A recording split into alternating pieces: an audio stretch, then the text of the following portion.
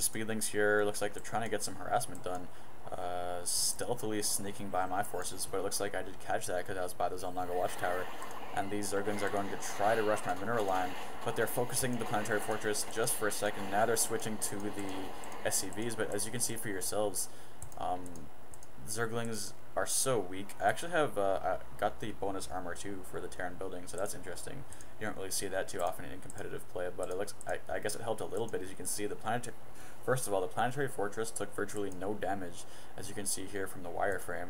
But secondly, by the time Racist realized that he was DPSing the wrong unit, the splash damage from these twin Ibix cannons simply destroyed his Zerglings before they knew what was going on. So that planetary fortress being an excellent investment for me, completely minimizing the casualties that I could have taken here from that Zergling harass. That being said, also those Zerglings are pretty much the core of Racist's army, and he's got a lot of Hydralisks right now, and he also has an infestation pit.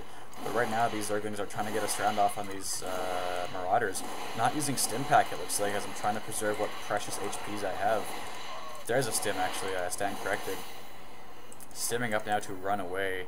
I don't know if that was the greatest decision, but it looks like they're retreating to the cover of this medevac, so there you go. This medevac only has 30 energy remaining, so I could afford to get 2 or 3 more medevacs. And I have a reactor on this guy over here. I'm actually going triple starport, so that's pretty bold to try to operate off of triple barracks, triple starport, single factory, double factory actually. All this off of 2 bases, so I think I'm going to be a little bit ahead of myself. But I do have a Thor in play as well. I have that armory. Looks like I upgraded ship weapons. That's kind of a strange decision. Where is my Banshee? I know that I got a Banshee. I'm totally pulling a Crota here. Yeah, here we go. I got 2 Banshees in play, and I have that 1 attack upgrade for 2 air units. That's pretty silly, but that's what I've chosen to do. Dropping some more barracks here, pumping out Marines, it looks like, to try to liquidate my mineral account.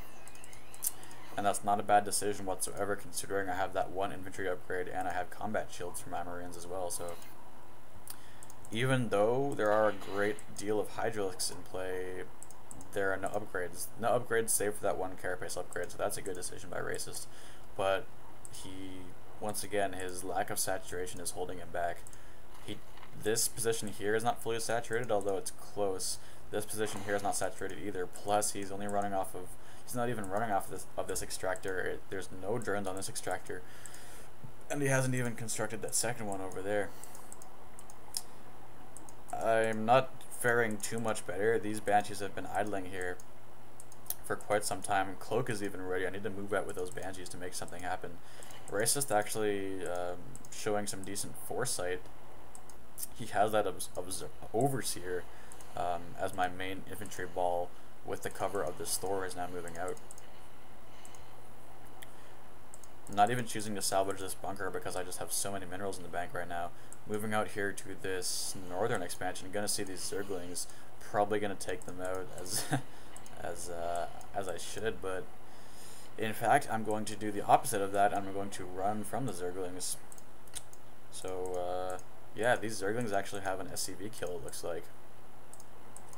So decent use of Zerglings in this game by Racist, even though he threw that entire group away to that planetary fortress. Not much you can do against the planetary fortress. I mean, I guess in theory, he should have seen that was there, and he should have retreated the instant he saw the planetary fortress. But right now, I'm going to move in. I don't have vision of those Overlord, it looks like, so Racist knows that this is coming, and until I move these medevacs closer to this high ground, I'm not going to be able to see these Overseers, or Overlords, sorry. Just now pushing these forces back, and it looks like I'm moving in with my Banshees the same time that my main attack force moves in. So it looks like my second Banshee died, but this one is still remaining in the natural expansion of Racist. She's cloaked, and she's also nearing 8 kills. This is all going on while I'm moving with my main infantry and Thor ball, and Racist knows that he doesn't really have anything to throw my way, as I think in this game he simply got out macroed. That's pretty much how I win most of my games against Racist. He's a very strong player as far as you know, the Starcraft 1 scene and the Brood War scene. in the respect that his micro is pretty good and his harassment instinct is pretty good. But at this stage in the development of StarCraft 2, I simply know the tech trees and I know the macro element of StarCraft 2 better than he does. So hopefully, I mean, if Racist learns to better saturate his mineral line and get gas quicker, then I think he will make for a better opponent. Right now, though, I've got to take a dump.